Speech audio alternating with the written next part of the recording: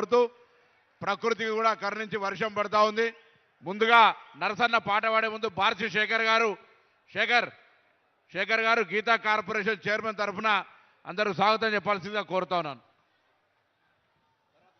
ఈరోజు సర్దార్ సర్వాయి పాపన్న యొక్క 376వ జన్మదినం పురస్కరించుకొని మరి ఈరోజు మనం ఒక 30 సంవత్సరాల నుంచి గౌడ సోదరులందరూ ఎందరో మరి సర్వాయి పాపన్న గారి విగ్రహాన్ని కావాలని ట్యాంక్ మీద పెట్టాలని మరి ఆ కళ ఈరోజు మన ముఖ్యమంత్రి రేవంత్ రెడ్డి గారి ద్వారా మరి పిసిసి అధ్యక్షులు మహేష్ గౌడ్ ద్వారా మరి పొన్నం ప్రభాకర్ మన మంత్రి ద్వారా ఆ కళ నెరవేర్చుకున్నాం.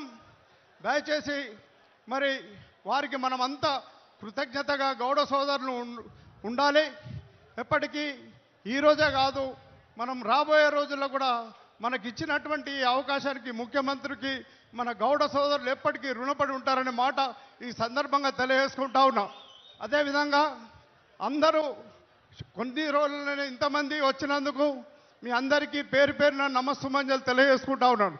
వేదిక మీద ఉన్నటువంటి మంత్రులు, మరి ఉప ముఖ్యమంత్రి గారు భట్టి గారు, వేరే మంత్రులు, ఎమ్మెల్యేలు, ఎంపీలు అందరికీ పేరు పేరున ఈ అవకాశం ఇచ్చినందుకు నాకు పొన్నం ప్రభాకర్ గారికి ధన్యవాదాలు తెలియజేసుకుంటూ ముగిస్తా ఉన్నాను. జై హింద్, జై కాంగ్రెస్, జై కౌండిన్య. ఒకసారి మన పాటను సర్వాయి పాపన్న పాటను పడే గద్దార్ నరసన్న గారిని పాట పడాల్సిందిగా కోరుతా ఉన్నాను. ఈరోజు ఇంత గొప్ప కార్యక్రమంలో పాల్గొనడం గౌరవ ముఖ్యమంత్రి గారు యనమల రేవంత్ రెడ్డి గారు, ఉప ముఖ్యమంత్రి గారు బట్టి విక్రమార్క గారు, అలాగే రాష్ట్ర మంత్రిమండలిలో మంత్రివర్యులందరికీ, పిసిసి ప్రెసిడెంట్ గారికి